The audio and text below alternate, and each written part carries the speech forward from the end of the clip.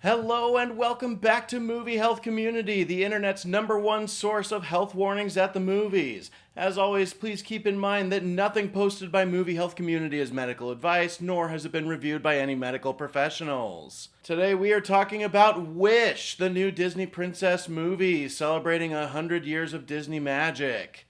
And believe me, they do lean into that celebration in more ways than one. First off, the first question at Movie Health Community is always, is this movie safe for photosensitive viewing? The answer is almost. We're going to put a yellow background on here for that. The one big photosensitivity trigger that I could see happening is an effect that's just like if you take a laser pointer and wave it back and forth at the wall.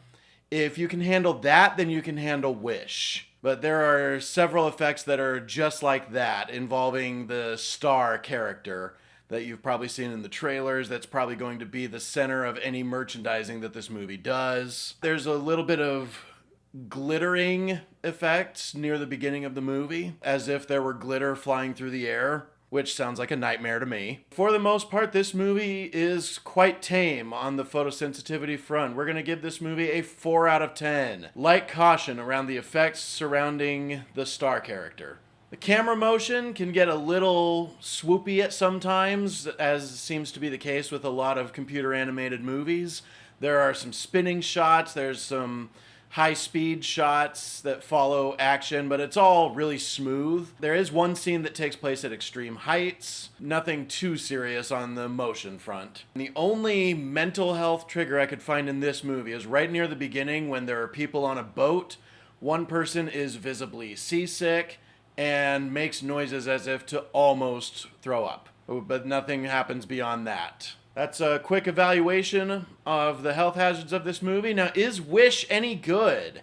Yeah, I would say so. The animation is beautiful. It looks and feels like it takes place in a storybook, and that's a fascinating feel.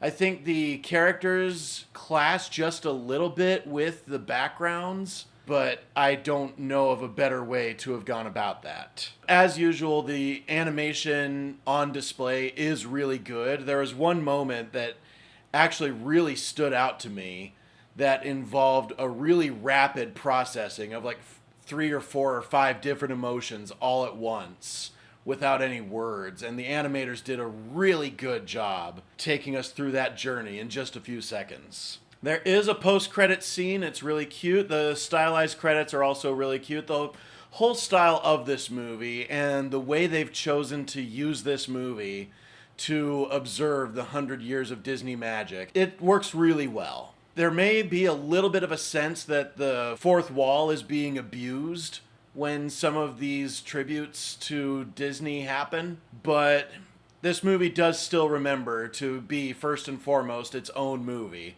avoiding the whole connected franchise problem of Tom Cruise's The Mummy.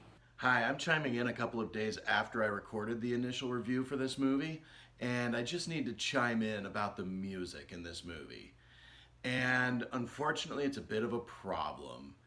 It's the fact that this music is not going to be as iconic as anything that Disney Animation has been producing in the last few years. When I came out of the theater after seeing Moana, 2 days later, I was still humming You're Welcome. Immediately after leaving the theater for Encanto, I had to have the soundtrack just so I could listen to We Don't Talk About Bruno on repeat. None of that happened with Wish.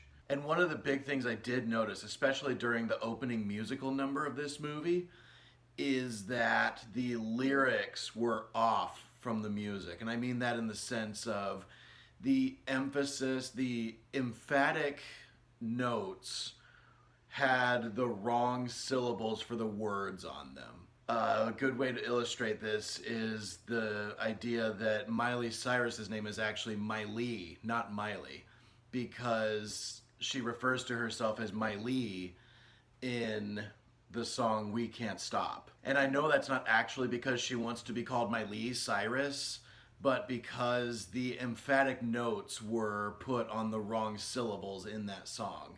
That happened quite a bit in a few songs in Wish, but particularly a lot during the first musical number. I don't think I am particularly the intended audience for Wish, but it's still a good time, and I cannot wait to watch this movie with younger members of my family. So I'm going to give Wish a B. Thank you so much to our readers on Tumblr and Facebook, and as always, an extra special thanks to our patrons over on our Patreon page whose names are scrolling across the screen like credits right now. Be sure to leave a like on this video, hit that subscribe button, hit the bell icon to be notified when we post new videos, and leave a comment on this video if you have anything to add to the discussion, especially if you disagree with anything that has been presented here. We love hearing from you. And as always, stay safe at the movies.